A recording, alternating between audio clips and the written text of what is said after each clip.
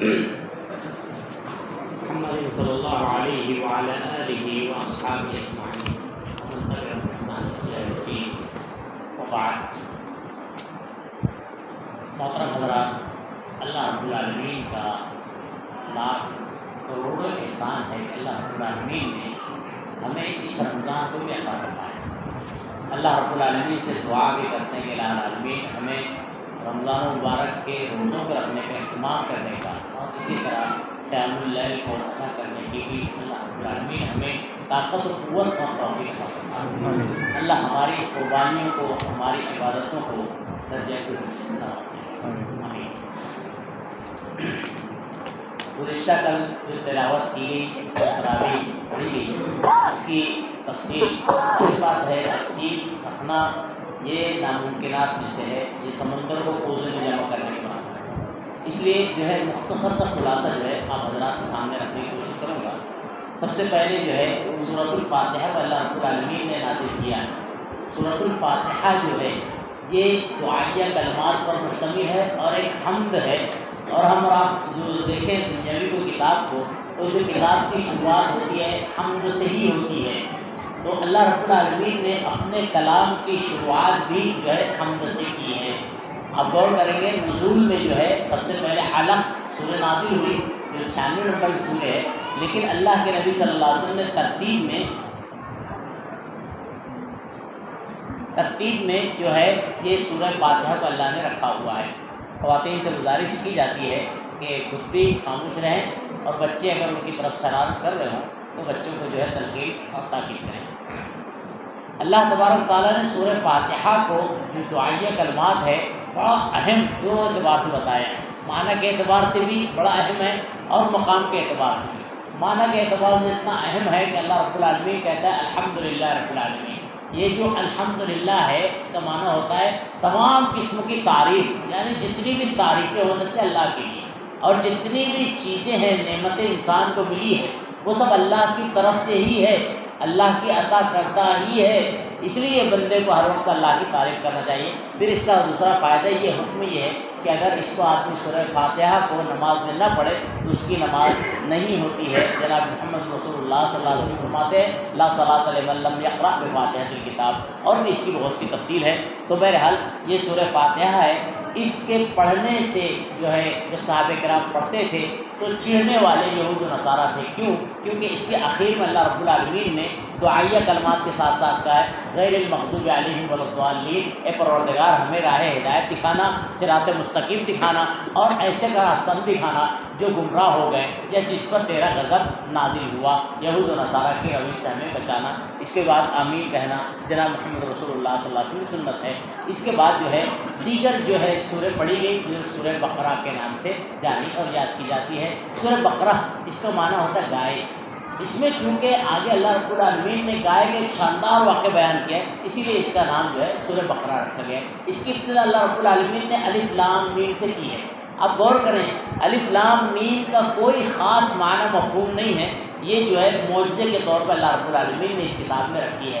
اب غور کریں کہ ایک معاشرے کے اندر اس کو لوگوں نے فائدے کے طور پر اپنے گھروں میں الف لام میم اور حروف مقطعات لگا لیا ہے، اس کا کوئی اس حدیث میں ثبوت اور جو ہے اشارہ نہیں ہے۔ البتہ جو حدیث میں ثبوت ملتا ہے الف لام میم کا وہ یہ ملتا ہے، نبی کریم صلی اللہ علیہ وسلم فرماتے ہیں کہ من قرأ حرفا من کتاب اللہ فلہ بہ عشرۃ حسنہ، جو بھی قرآن میں اللہ کی کتاب کو پڑھے گا اس کے پڑھنے کی وجہ سے ایک درجہ، ایک نیکی کا 10 درجہ۔ اور پھر اللہ کے نبی صلی اللہ علیہ وسلم کہتے ہیں لا اقول الف لام میم حرف، میں یہ نہیں کہتا ہوں الف لام میم حرف، لیکن الف حرف ہے، لام میم حرف، لام حرف ہے، میم حرف ہے، یعنی اگر کوئی صرف الف لام میم پڑھے تو اللہ رب العالمین اس کو 30 اور 10 سے اس کو ایک حدیث میں آتا ہے کہ 1 کا 10، 30 سے 300، اور اس کے بعد اللہ بے شمار بھی دے سکتا ہے۔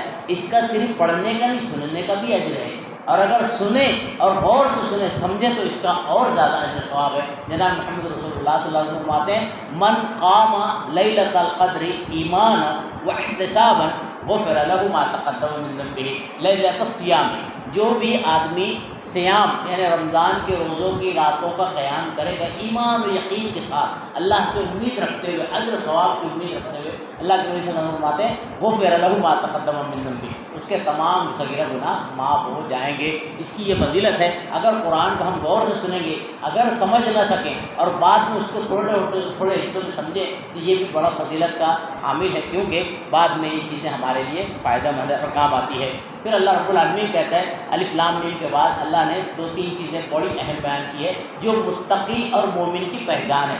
انسان کی 3 قسموں کا تذکرہ اللہ نے کیا ہے۔ پہلی قسم انسان کی 3 قسم ہے۔ پہلی قسم جو اللہ پر ایمان رکھنے والے ہیں، جو پرہیزگار اور متقی ہیں، ان کی علامت کیا ہے؟ نمازوں کا قیام کرنا اور اسی طرح تقوی اختیار کرنا، پرہیزگاری اختیار کرنا، اسی طرح اللہ نے اگر دیا ہے تو انفاق فی سبیل اللہ کرنا، اللہ کا خوف اپنے اندر رکھنا، یہ ایک اور اللہ رب العالمین نے ان کا نام مومن کہا ہے، ایمان والوں کی پہچان، یہ پہلی چیز۔ دوسری انسانوں کی قسم ہے جو ایمان نہیں رکھتی ہیں، اور آپ سمجھ سکتے ہیں اس کو کفر کہتے ہیں، جو کفری عقائد میں مبتلا ہیں، عمل میں مبتلا ہیں، انہیں جو بھی الفاظ سے کہا جائے۔ ایک تیسری قسم انسانوں کے اللہ نے اشارہ دی اس میں بڑی اہم ہے، وہ یہ کہ جو نہ ایمان رکھتی ہے اور نہ انکار کرتی ہے، اور یہ جو قسم ہے بڑی شدید ہے، اس کو نفاق کی قسم کہتے ہیں۔ ایک ہوتا ہے ایمان، ایک ہوتا ہے انکار اور ایک ہوتا ہے نفاق۔ یہ تیسرا انسانوں کی قسم ہوتی ہے جو بہت ہی ڈینجرس ہے۔ نفاق کی 2 قسمیں، اگر پہلی قسم ہے تو اللہ رب العالمین سے توبہ استغفار کے بعد معاف ہو جاتی ہے، جیسے مثال کے طور پہ نفاق عملی ہے، یعنی ایک بندہ اگر نفاق میں مبتلا عمل میں ہے، جیسے نبی صلی اللہ علیہ وسلم فرماتے ہیں آیت المنافق ثلاثہ، منافق کی نشانی 3 ہے، جب بات کرے تو جھوٹ بولے، اذا حدث کذب واذا اؤتمن خان، جب امانت دی جائے خیانت کرے، اسی طرح اور بھی نشانیاں نبی کریم صلی اللہ علیہ وسلم نے نشانی بیان کی ہے۔ اگر کسی اندر ہے اور اگر توبہ کر لیتا ہے اللہ رب العالمین اس کو صاف کر دیتا ہے۔ لیکن ایک نفاق اور ہے جسے نفاق اعتقادی کہتے ہیں، یقین والا نفاق۔ یہ ایسا ہے کہ اگر جس کے اندر داخل ہو گیا تو سمجھ لیجئے کہ جو ہے اللہ رب العالمین اس کو کبھی معاف نہیں کرے گا، اگر توبہ نہ کرے اور مر جائے تو جہنم میں ان المنافقین فی الدرک الاسفل من النار، اللہ نے جہنم میں سب سے نچلی وادی منافق کی بتائی ہے۔ پھر آپ غور کریں کہ منافق کے بارے میں اللہ نے آگے بیان کیا ہے صم بکم، ان کی مثال اللہ نے جانوروں کی سی دی ہے۔ آپ جانتے ہیں کیوں جانوروں کی مثال دی اللہ نے یہاں پر؟ آپ غور کریں تو آپ کو معلوم ہوگا جانور کے کان ہوتے ہیں، جانور کی آنکھ ہوتی ہے، جانور کی زبان ہوتی ہے۔ آنکھ ہوتی ہے ان کو دیکھ کر فائدہ نہیں ہے، دیکھتے رہتے ہیں گاڑی کے سامنے چلے جاتے ہیں، کبھی ہم دیکھتے ہیں کچھ رہ جاتے ہیں مر جاتے ہیں۔ یہ اللہ رب العالمین نے منافق کے لیے بیان کیا ہے۔ آگے اللہ نے کہا ہے کہ ان کے کان ہوتے سنتے نہیں ہیں، یعنی آپ دیکھیں جانوروں کو کان بڑے بڑے ہوتے ہیں لیکن سننے کی سمتا نہیں ہے، سن بھی لیتے ہیں تو انجان مار دیتے ہیں، اس کو کہتے ہیں منافق۔ اسی طرح جو ہے اللہ رب العالمین نے کہا ان کی زبان ہے لیکن بولتے نہیں ہیں، یہ منافق کی اللہ نے علامت بیان کی ہے کہ یہ ان کے بظاہر کان آنکھ ناک سب ہیں لیکن ان سے جو فائدہ اٹھانا چاہیے منافق لوگ وہ نہیں اٹھاتے ہیں۔ پھر اللہ رب العالمین نے یہاں پر اس کے بعد جو ہے نفاق جس کے اندر داخل ہو گیا اس کو جانور کی مثال دینے کے بعد کہا ہے کہ انسانیت کی تخلیق اللہ نے کیوں کی ہے۔ ہم اور آپ کو غور کرنا چاہیے، اللہ نے انسانوں کی تخلیق کا مقصد سورہ ذاریات میں بیان کیا ہے کہ وما خلقت الجن والانس الا لیعبدون، اللہ کہتا ہے میری عبادت۔ آپ نبیوں کی تعلیم پڑھیں، مرکزی عنوان نبیوں کا اللہ کی عبادت کی طرف دعوت اور اس میں شرک کرنے سے منع کرنا، یہ اللہ نے انسان کی تخلیق کا مقصد ان آیتوں میں بھی سورہ بقرہ میں بیان کیا ہے۔ پھر اس کے بعد جو ہے عبادت میں شرک نہیں کرنے کی طرف اللہ نے کہا ہے۔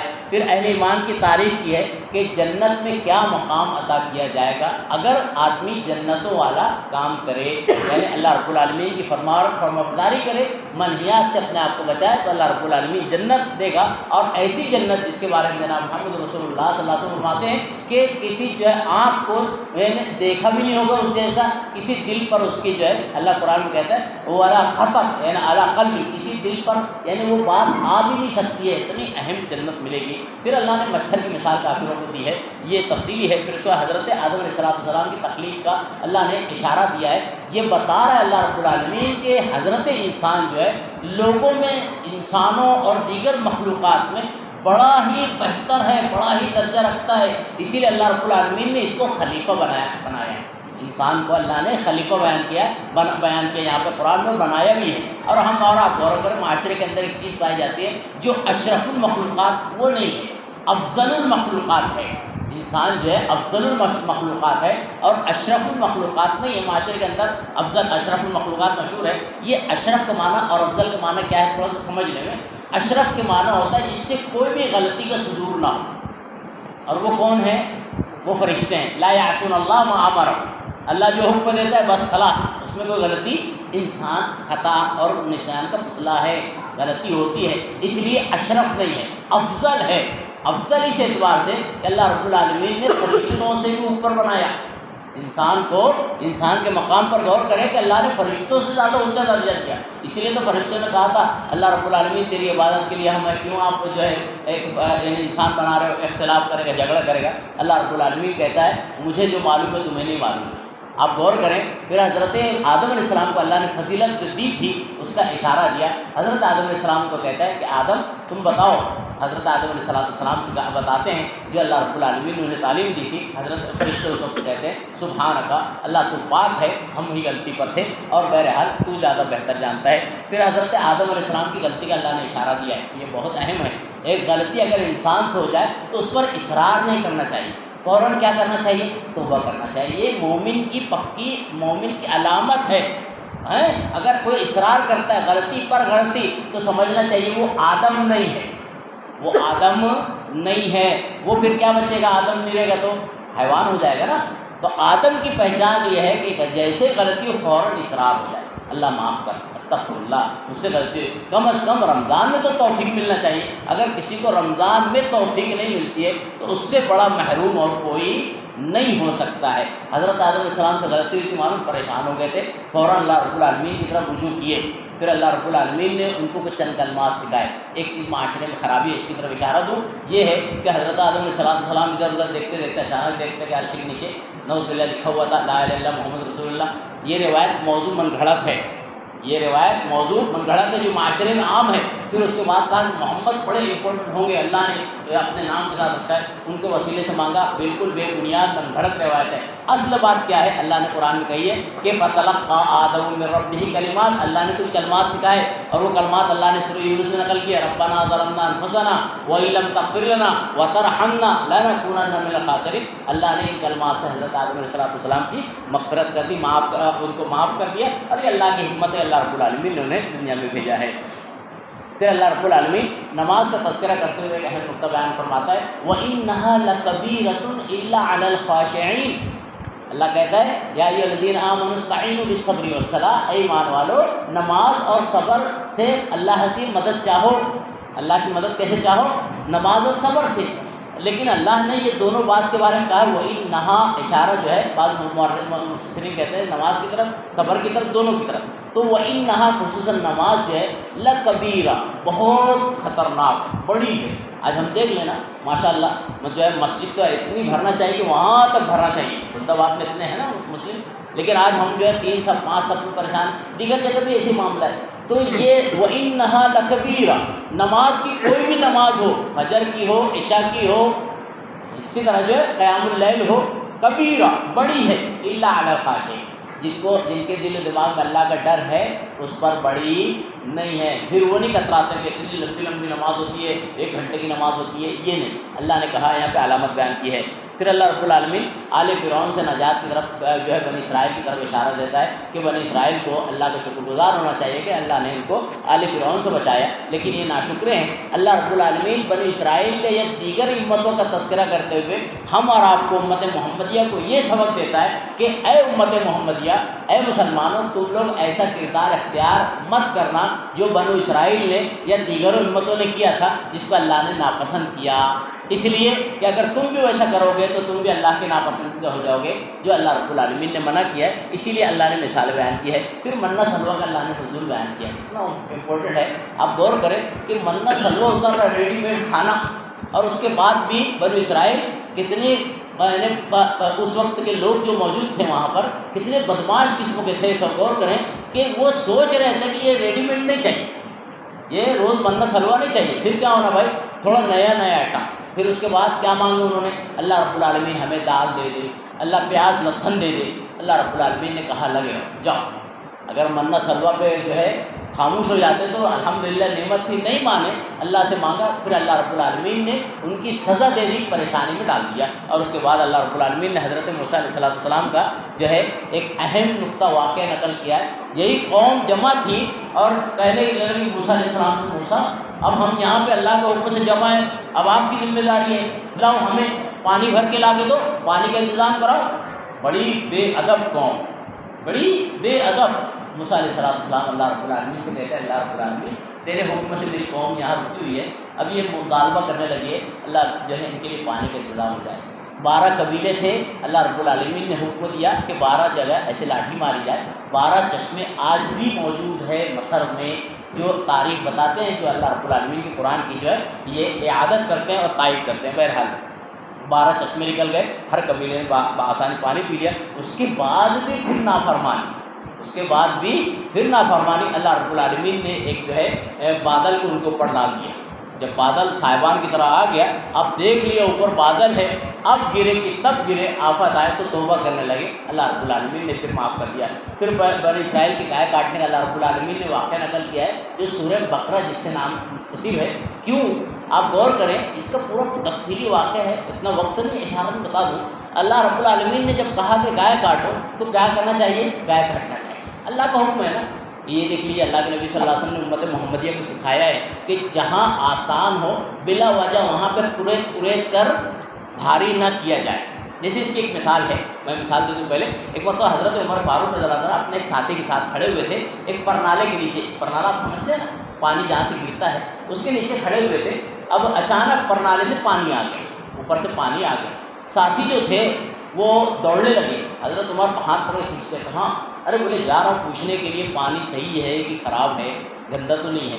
حضرت عمر فاروق رضی اللہ عنہ نے کہا ٹھہرو، جب تک نہیں معلوم ہے صحیح ہے، جب تک نہیں معلوم ہے صحیح ہے، کریت کے خرابی نہیں نکالنا ہے۔ یہ اسلام نے منع کیا مسلمانوں کو، اور یہی بات اللہ رب العالمین نے یہاں پہ بیان کی ہے کہ بنی اسرائیل کو کہا گیا تھا بکری گائے ذبح کر دینا تھا۔ اللہ رب العالمین سے کہا نہیں، کیسی گائے ہونا چاہیے، موٹی ہونا، پتلی ہونا، پھر جو ہے چرنے والی ہونا، نہیں چرنے والی ہونا، کھیت جوتنے والی ہونا، نہیں ہونا۔ اللہ رب العالمین نے وہ پورا واقعہ ہے، بڑا شاندار تفسیر آپ کو پڑھنا چاہیے۔ ایک انتظام تھا، حکمت تھی اللہ رب العالمین کی۔ واقعہ ملتا ہے صحیح سند سے کہ جو گائے جس کے پاس تھی وہ والدہ کا بڑا فرما بردار بیٹا تھا، اس کو بہت تکلیفیں ہو رہی تھی۔ اللہ رب العالمین نے انتظام کیا، ان کے اس سوال سے انتظام ہوا، ان کے اس بیجا سوال سے اس بیوہ والدہ کا بیٹے کے لیے انتظام اللہ رب العالمین نے کیا۔ یہ جب انہوں نے سوال کو سوال کر کے مشکل کر لیا گائے کو، تو وہ گائے جو صفت بیان کی جو اللہ نے مقرر کر دی، وہ گائے صرف اسی وہ جو ہے معصوم اور یتیم بچے کے پاس موجود تھی۔ پھر اس کو جو ہے اس قیمت کے سونے کے برابر لیا گیا، اور تفصیل بھی ملتی ہے۔ پھر اللہ رب العالمین نے پتھروں کی مثال دی ہے۔ ہم غور کریں کیوں پتھروں کی مثال اللہ نے دی ہے، تاکہ یہ اشارہ ملتا ہے کہ پتھر میں بھی سمجھ ہے۔ امت محمدیہ تمہیں سمجھ نہیں ہے، بنی اسرائیل میں سمجھ نہیں تھی، تمہیں تو سمجھنا چاہیے۔ جب پتھر میں احساس ہے، ہم اور آپ غور کریں، اللہ رب العالمین نے 1400 سال پہلے یہ بات کہی تھی، پتھروں میں احساس ہے۔ آج سائنس اور ٹیکنالوجی بتاتی ہے کہ پتھر میں بھی یہ چیز ہے۔ یہ اللہ رب العالمین کا کلام ہے۔ اللہ نے اس سے ہمیں سبق دیا ہے کہ جب پتھروں میں احساس ہے تو اے امت محمدیہ، اے ایمان والو، تمہارے اندر بھی احساس ہونا چاہیے، غلطی کے بعد توبہ کا احساس ہونا چاہیے۔ پھر بھی جو ہے اللہ رب العالمین نے عہد و پیمان کی طرف اشارہ دیا ہے، جو ہے اس کے بعد جو ہے کتاب کو ایک حصہ سامنے رکھنا اور ایک نہ رکھنا، یہ یہود و نصارہ کی پہچان اللہ نے بیان کی ہے کہ یہ لوگ کتاب کی بعض بات کو لیتے تھے اور بعض کو چھوڑ دیتے۔ امت محمدیہ ایسا نہ کریں، اللہ کے احکام کو پورا لے ہوئے، اللہ کے نبی صلی اللہ علیہ وسلم کے احکامات کو پورا جو شریعت میں ملتا ہے لے ہوئے، اپنے مفاد کی مقصد کے لے کر دیگر کو نہیں چھوڑنا چاہیے۔ اللہ رب العالمین نے اس کی تنبیہ کی ہے۔ پھر اللہ رب العالمین نے بچڑے کا ایک واقعہ بیان کیا ہے، بڑا شاندار ہے۔ اشارت میں بتا دوں کہ ایک مرتبہ جو ہے ایک بھتیجا تھا جس کا چچا جو کلالہ تھا، یعنی اس کی نرینہ اولاد نہیں تھی، یا دیگر لوگ مفسر کہتے ہیں اس کی اولاد ہی نہیں تھی، بے اولاد لا ولد تھا۔ اب اس کے بھتیجے کی نیت اس کی جائیداد پر تھی۔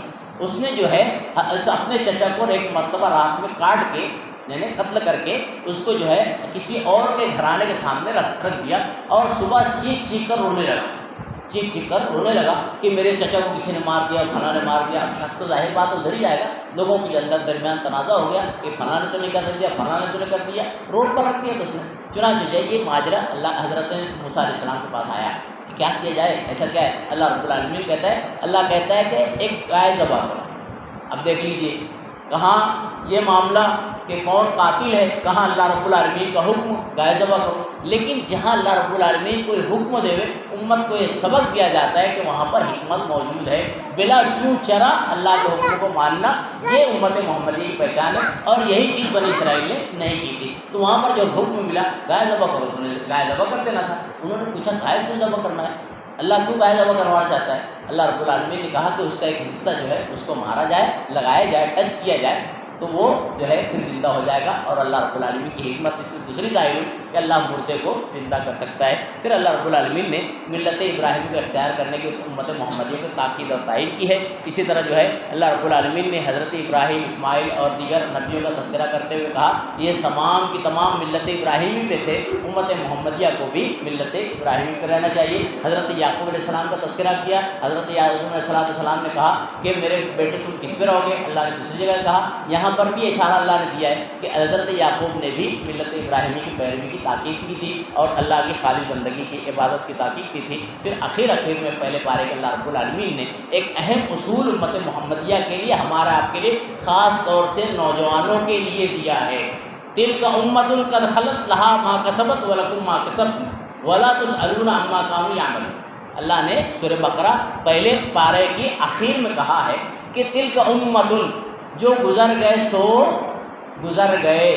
بات سمجھ رہے ہیں؟ آج نوجوانوں میں کچھ جو ہے لوگ آتے ہیں، شکوک و شبہات داخل کر دیتے ہیں، بس جو ہے جیسے لا صلاۃ ادھوری بات بیان کر کے، اور لوگ گمراہ ہو جاتے ہیں۔ ارے یار شک و شبہات پڑ جاتے ہیں کہ امام عمر معاویہ کیسے تھے، انہوں نے ظلم کیا، انہوں نے ایسا کیا ویسا کیا۔ خاص طور سے نوجوان طبقہ یہ جو ہے تحقیق میں نہیں جاتا ہے، اور ایک آدمی جو ہے گرچہ صحیح سند ہی لاتا ہے لیکن محدود اور مختصر اور جو ہے مختص چیز لے کر آتا ہے، اس کی تفصیل، اس کی تشریح نہیں بیان کرتا ہے، اور سامنے اور اس کی تحقیق نہیں کرتا ہے، اس طرح خود بھی گمراہ ہو جاتا ہے، اس نے خود گمراہ ہوا ہے اور لوگوں کو گمراہ کر دیتے ہیں۔ اللہ نے یہاں پر ایک نقطہ بیان کیا ہے، تلک امۃ قد خلت، وہ جو امت گزر گئی ہے نا، لہا ما کسبت، ان کے لیے جو انہوں نے کیا۔ اور صحابہ کرام کی بات آئے تو رضی اللہ عنہم ورضوا عنہ، اللہ نے ڈکلیئر کر دیا ہے نا کہ وہ اللہ ان سے راضی، وہ اللہ سے راضی۔ اب کوئی بھی ادنا صحابی ہو، چھوٹے سے چھوٹا، سب سے اخیر وقت میں ایمان لانے والے صحابی، اب ان کے بارے میں اللہ نے رضی اللہ کہا ہے، بس ہمارا اختیار نہیں بنتا ہے کہ ہم کسی صحابی کے بارے میں کوئی اعتراض سنیں یا اس پر اعتراض پہ اعتراض داخل کریں۔ اس کا معاملہ اللہ نے کہا ہے قد خلت، گزر گیا ہے، لہا ما کسبت ولکم ما کسبتم، ہمیں اپنے آپ کو دیکھنا چاہیے کہ ہمارا کردار کیا ہے۔ اللہ رب العالمین نے دوسرا پارہ جو آج شروع کیا گیا تھا سیقول، اللہ نے وہاں سے جو شروع کیا ہے جو ہے اس کا معنی ہوتا ہے ان قریب پوچھیں گے یا ان قریب آپ کے بارے میں کہیں گے کہ پاگل ہے وغیرہ وغیرہ۔ اللہ نے نبی صلی اللہ علیہ وسلم کی تنبیہ کی ہے، آپ کو جو ہے تائید کی ہے، اور اس کے بعد جو ہے اللہ رب العالمین نے اس میں تحویل قبلہ کی طرف اشارہ کیا ہے۔ بس 5 منٹ میں اپنی بات کو سمیٹ دیتا ہوں۔ تحویل قبلہ کی طرف آپ کو آپ جانتے ہوں گے، آپ کو معلوم ہونا چاہیے، جو ہے نبی صلی اللہ علیہ وسلم ابتدائی 17 مہینوں تک کے بیت المقدس کی طرف قبلہ کر کے نماز ادا کرتے تھے۔ جب آپ کی بڑی خواہش تھی، آپ اوپر دیکھتے تھے اللہ پہلے قبلے کو، معلوم یہ ہوتا ہے کہ بیت المقدس پہلا قبلہ نہیں تھا بلکہ بیت اللہ ہی پہلا قبلہ تھا۔ بعد میں لوگوں نے بیت المقدس کو اختیار کر لیا، یعقوب علیہ السلام۔ پھر اس کے بعد اللہ کے نبی صلی اللہ علیہ وسلم آیا تھا، آپ کی بڑی خواہش تھی کہ اللہ بیت اللہ کو ہی قبلہ بنا دے۔ اب 17 مہینے گزر گئے، اس کے بعد اللہ نے قبول کر لیا، اللہ نے حکم دیا کہ آپ بیت اللہ کو قبلہ بنائیں۔ اس میں آپ غور کریں، اللہ ہمیں سبق دیتا ہے صحابہ کرام سے کہ صحابہ کرام نے یہ نہیں پوچھا کہ وہاں کیوں اور ایسا کیوں، تبدیلی کیوں، 17 مہینے کیوں، بس حکم ملا پلٹ گئے۔ ایک دوسرا سبق یہ ملتا ہے یہود و نصارہ کی طرح سے، اللہ کہتا ہے کہ یہود و نصارہ جو ہیں گرچہ اپنے آپ کو بیت المقدس کی طرف اشارہ کرتے ہیں کہ ہم اس کے قبلہ اول کے ماننے والے، لیکن ان کی حالات اور تحقیقات پر غور کریں تو معلوم یہ ہوتا ہے کہ یہود جو ہے قبہ صخرہ، اللہ نے اشارہ کیا ہے، احادیث میں دیگر جگہ تفصیل ملتی ہے، قبہ صخرہ کی طرف جو ہے نسبت کرتے ہیں، اور اسی طرح نصارہ جو ہے اس کے مخالف صرف قبہ صخرہ کے۔ اور آپ کو معلوم ہونا چاہیے جو منظر ہمارے سامنے پیش کیا جاتا ہے، میں یہ ایکسٹرا بات بتا رہا ہوں، جو منظر ہمارے سامنے بیت المقدس کا پیش کیا جاتا ہے وہ بیت المقدس نہیں ہے، آپ معاشرے میں لوگ سمجھتے ہیں جب ایک لے کر آئیں گے تو وہی دکھ رہا ہے بیت المقدس. یہ اس لیے اس میں جو ہے ایک سیاست ہے تاکہ اگر کل قیامت کے قریب جب لوگ جائیں سیفٹی کرنے کے لیے تو بجائے اپنے حقیقی بیت المقدس سیو کرنے کے اس کو سیو کرنے لگیں گے، جس کو لوگ بیت المقدس سمجھتے ہیں. حسد میں وہ قبہ صخرہ ہے، یہود کی عبادت کا ہے. بیت المقدس اس کے بالکل اپوز سائڈ میں چھوٹا سا ایک دیگر مینار ہے، وہ جو ہے بیت المقدس حقیقی ہے. اللہ نے اس کی طرف اشارہ بھی دیا ہے کہ ان کے اندر آپس میں خود یہود و نصارہ میں اختلاف ہے، تو یہ پھر کیا آپ کے بیت اللہ کو مانیں گے، آپ کے قبلہ اول کو مانیں گے. پھر اللہ رب العالمین نے ان کو کتاب جو دی گئی تھی اس کی طرف اشارہ کیا. اللہ کے نبی صلی اللہ علیہ وسلم کو بتایا کہ آپ کو ایک کتاب دی گئی ہے، امت محمدیہ کو سبق دیا گیا کہ حقیقی مومن وہ ہے جو اللہ کی کتاب کو مانے، اللہ نے جو بھی کتاب کو مانا ہے بھیجا ہے اس پر بھی اس کو بھی مانے. اور اللہ نے آخری میں ایک نقشہ یہاں کھینچا ہے کہ دیکھو اگر کوئی اپنے آپ کو یہودی کہے، نصرانی کہے اور فنا کہے، حقیقی وہ ہے جو اللہ پر اور آخرت پر ایمان رکھنے والا ہے، غیوب کو مانتا ہے، وہی سچا اور پکا مومن ہے اور وہی نجات پانے والا ہے، پھر وہ چاہے کسی بھی گروہ کا ہے. ایمان والوں کو حکم دیا جا رہا ہے کہ نماز اور صبر سے مدد طلب کریں. اللہ نے دوبارہ یہ بات کہی ہے. پھر اسی طرح اللہ رب العالمین آگے بیان کرتا ہے کہ اللہ کے راستے میں جو شہید ہو جاتے ہیں اللہ رب العالمین ان کو کہتا ہے ان کو مردہ رکھو. ظاہر بات ہے یہ عالم برزخ کا معاملہ ہے، اللہ رب العالمین ان کو کھلاتا پلاتا ہے جیسے حدیث میں ملتا ہے. پھر صفا مروہ کا اللہ رب العالمین نے حکم دیا ہے اور یہ صفا مروہ اللہ نے شاعر بتایا ہے. جو بھی اسلامی شاعر ہے مسلمان کو اس کو اختیار کرتے رہنا چاہیے. اور تفسیر انشاءاللہ آئندہ کل آگے کی رکھی جائے گی، جو آگے تلاوت کی جائے گی انشاءاللہ اس کی تفسیر، اور کچھ باقی تفسیر رہ جاتی ہے انشاءاللہ مختصر سی کل کے رکھی جائے گی. اللہ رب العالمین سے دعا کرتے ہیں اللہ رب العالمین ہمیں اپنے کلام کے حقوق کو ادا کرنے والا بناوے. اللہ رب العالمین ہمیں رمضان مبارک کے روزوں سے جو ہے کا اہتمام کرنے والا، قیام اللیل کا اہتمام کرنے والا اور اللہ کے لیے اخلاص سے عبادت گزار ہونے والا بنا دے. اللہ رب العالمین ہماری عبادت کو قبول فرما دے. سبحانک اللہم و بحمدک اشہد ان لا الہ الا انت استغفرک و اتوب الیک. دعا پڑھتے ہوئے مجلس سے